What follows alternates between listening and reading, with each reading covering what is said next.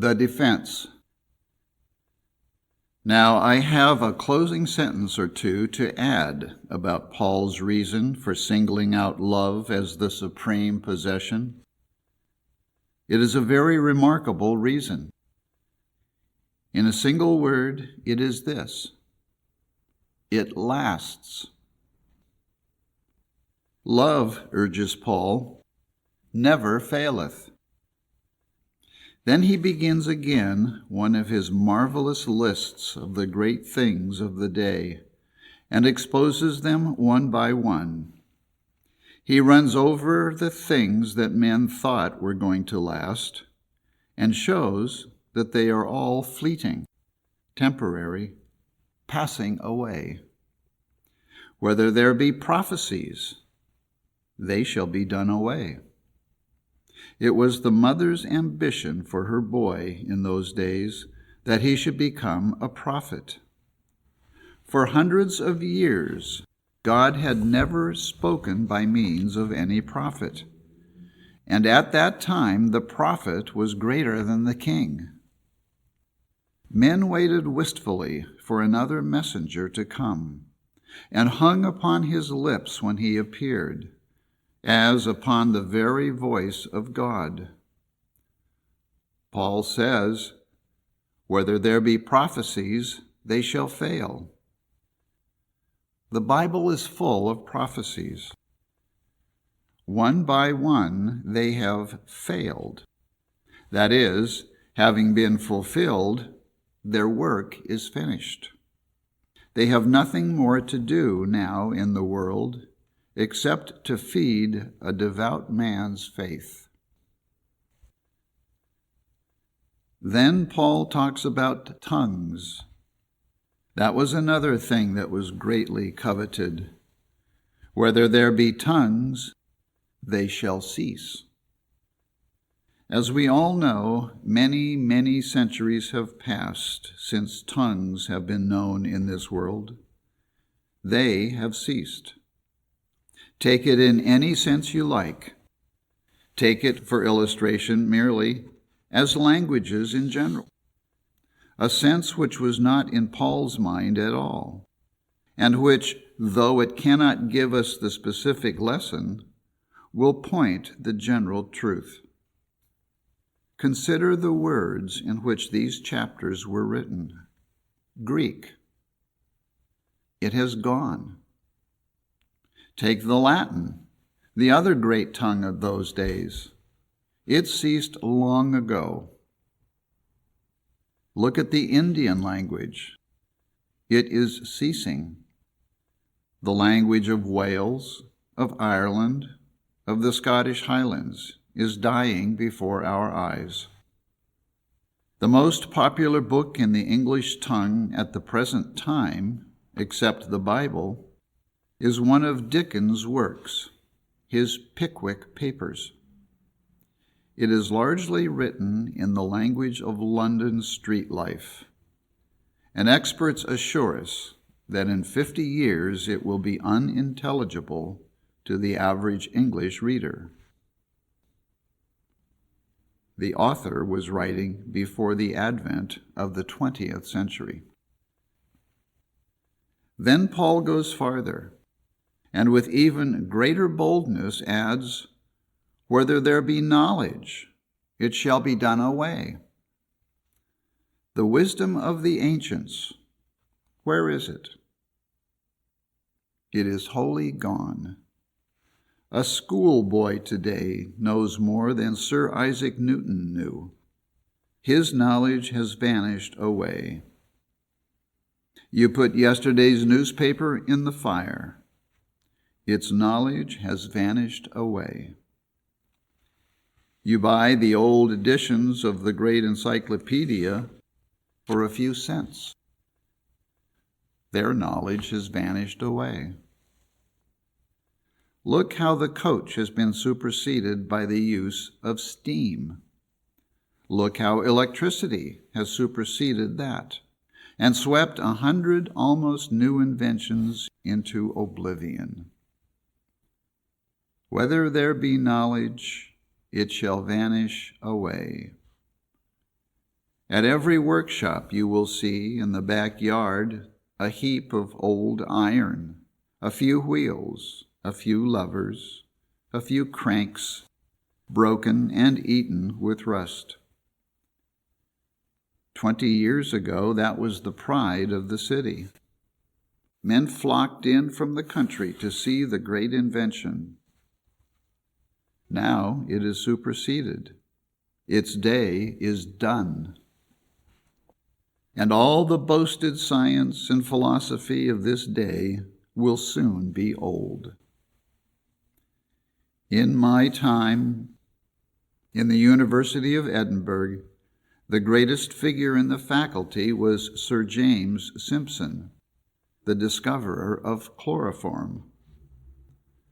Recently, his successor and nephew, Professor Simpson, was asked by the librarian of the university to go to the library and pick out the books on his subject, midwifery, that were no longer needed. His reply to the librarian was this: "Take every textbook that is more than 10 years old and put it down in the cellar." Sir James Simpson was a great authority only a few years ago.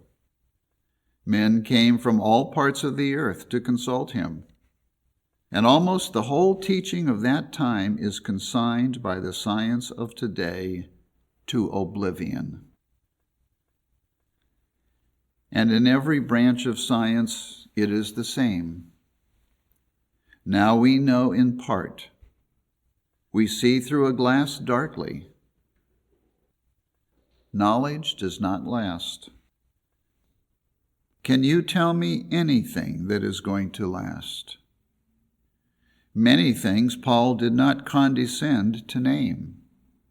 He did not mention money, fortune, fame, but he picked out the great things of his time, the things the best men thought had something in them, and brushed them peremptorily aside. Paul had no charge against these things in themselves. All he said about them was that they would not last.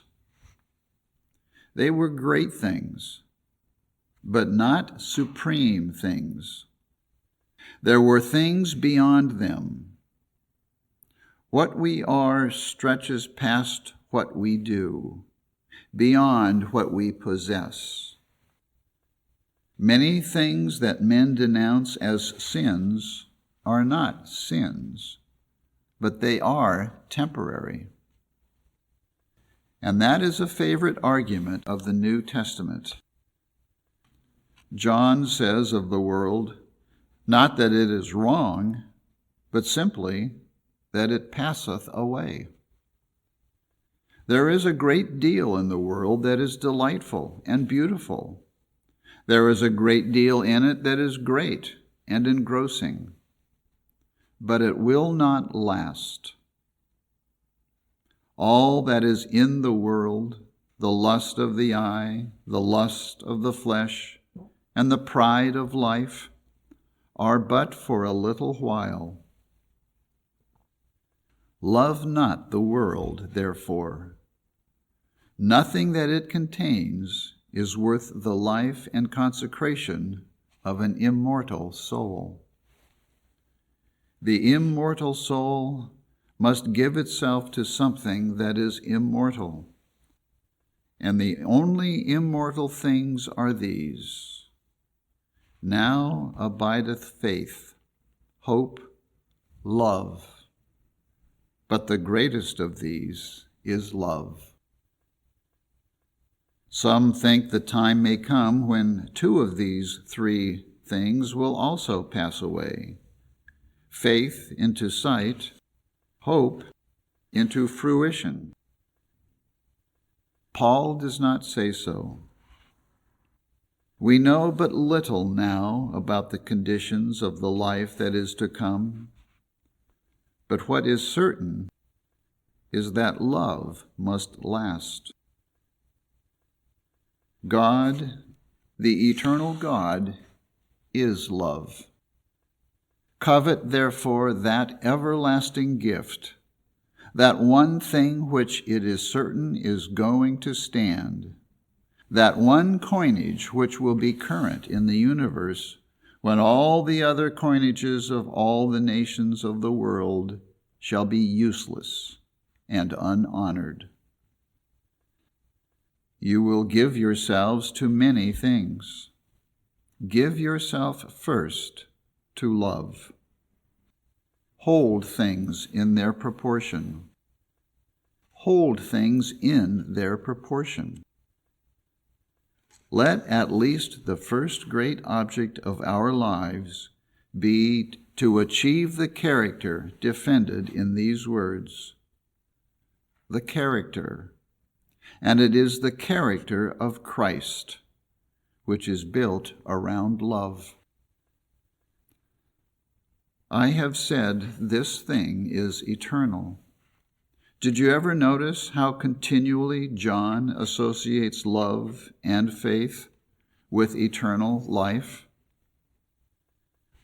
I was not told when I was a boy that God so loved the world that he gave his only begotten Son, that whosoever believeth in him should have everlasting life. What I was told, I remember, was that God so loved the world that if I trusted in him, I was to have a thing called peace, or I was to have rest, or I was to have joy, or I was to have safety. But I had to find out for myself that whosoever trusteth in him, that is, whosoever loveth him, for trust is only the avenue to love, hath everlasting life. The gospel offers a man a life. Never offer men a thimbleful of gospel. Do not offer them merely joy, or merely peace, or merely rest, or merely safety. Tell them how Christ came to give men a more abundant life than they have, a life abundant in love, and therefore abundant in salvation for themselves, and large in enterprise for the alleviation and redemption of the world. Then only can the gospel take hold of the whole of a man, body, soul, and spirit, and give to each part of his nature its exercise and reward. Many of the current gospels are addressed only to a part of man's nature. They offer peace, not life; faith, not love; justification, not regeneration. And men slip back again from such religion because it has never really held them. Their nature was not all in it. It offered no deeper and gladder life current than the life that was lived before. Surely it stands to reason that only a fuller love can compete with the love of the world. To love abundantly is to live abundantly, and to love forever is to live forever.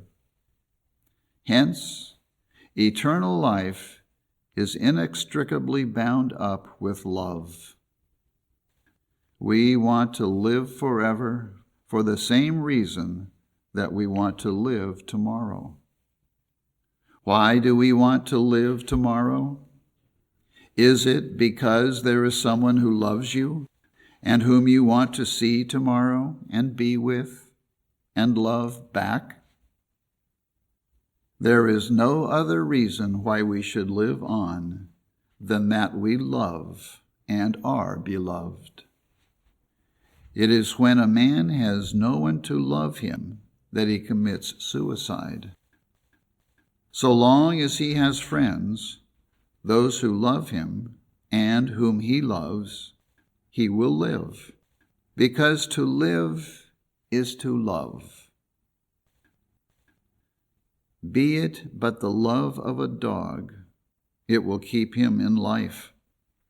But let that go, he has no contact with life, no reason to live.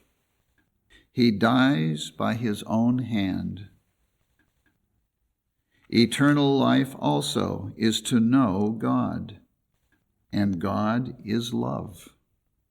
This is Christ's own definition. Ponder it. This is life eternal, that they might know thee, the only true God, and Jesus Christ, whom thou hast sent. Love must be eternal. It is what God is. On the last analysis, then, love is life. Love never faileth, and life never faileth, so long as there is love. That is the philosophy of what Paul is showing us, the reason why, in the nature of things, love should be the supreme thing, because it is going to last, because in the nature of things, it is an eternal life. It is a thing that we are living now, not that we get when we die, that we shall have a poor chance of getting when we die, unless we are living now. No worse fate can befall a man in this world than to live and grow old alone, unloving and unloved. To be lost is to live in an unregenerate condition, loveless and unloved, and to be saved is to love. And he that dwelleth in love dwelleth already in God, for God is love. Now I have all but finished. How many of you will join me in reading this chapter once a week for the next 3 months? A man did that once, and it changed his whole life. Will you do it? It is for the greatest thing in the world. You might begin by reading it every day, especially the verses which describe the perfect character. Love suffereth long, and is kind. Love envieth not. Love vaunteth not itself. Get these ingredients into your life. Then everything that you do is eternal. It is worth doing. It is worth giving time to. No man can become a saint in his sleep, and to fulfill the condition required demands a certain amount of prayer and meditation and time, just as improvement in any direction, bodily or mental, requires preparation and care. Address yourselves to that one thing. At any cost, have this transcendent character exchanged for yours. You will find, as you look back upon your life, that the moments that stand out, the moments when you have really lived, are the moments when you have done things in a spirit of love. As memory scans the past, above and beyond all the transitory pleasures of life, there leap forward those supreme hours when you have been enabled to do unnoticed kindnesses to those round about you, things too trifling to speak about, but which you feel have entered into your eternal life. I have seen almost all the beautiful things God has made. I have enjoyed almost every pleasure that He has planned for man. And yet, as I look back, I see standing out above all the life that has gone 4 or 5 short experiences when the love of God reflected itself in some poor imitation, some small act of love of mine. And these seem to be the things which alone, of all one's life, abide. Everything else in all our lives is transitory. Every other good is visionary. But the acts of love, which no man knows about or can ever know about, they never fail. In the book of Matthew, where the judgment day is depicted for us in the imagery of one seated upon a throne and dividing the sheep from the goats, the test of a man then is not, "How have I believed?" but "How have I loved?" The test of religion, the final test of religion, is not religiousness, but love. I say the final test of religion at that great day is not religiousness, but love. Not what I have done, not what I have believed, not what I have achieved, but how I have discharged the common charities of life. Sins of commission in that awful indictment are not even referred to.